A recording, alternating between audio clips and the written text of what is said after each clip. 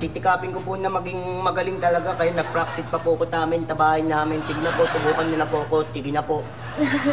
Sige na. Ladies and gentlemen, si Tetilio Cecilio Sasuman. Salamat po.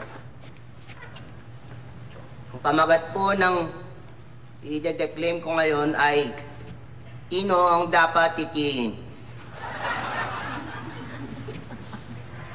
Sino ang dapat titihin? Limot.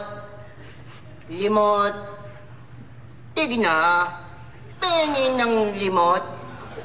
Bibili kati ako ng torbetet. Matalap tip-tipin ng torbetet. Dahil ito ay tunay na malata.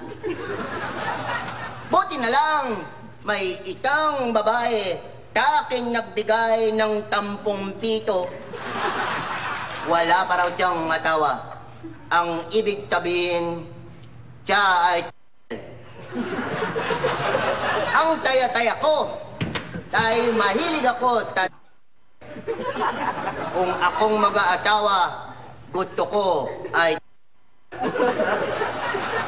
ang kato, biglang dumating ang bading niyang katama.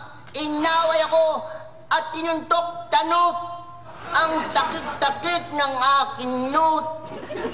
Kaya tabi ko ta kanya, lagot ka ta akin, itutumbong kita. Sabi na sa akin, puro katumbong. Wala kang alam gawin, kundi tumbong. Kaya ang ginawa ko, tinigawan ko rin siya. Ang sabi ko, huwag mo kong titihin. Dahil kilala kita, wala ka rin alam, kundi ang maniki ng maniki. Puro katiti. Ang mabuti pa, kayo na ang magtabi kung sino sa aming dalawa ang dapat itumbong at titiin.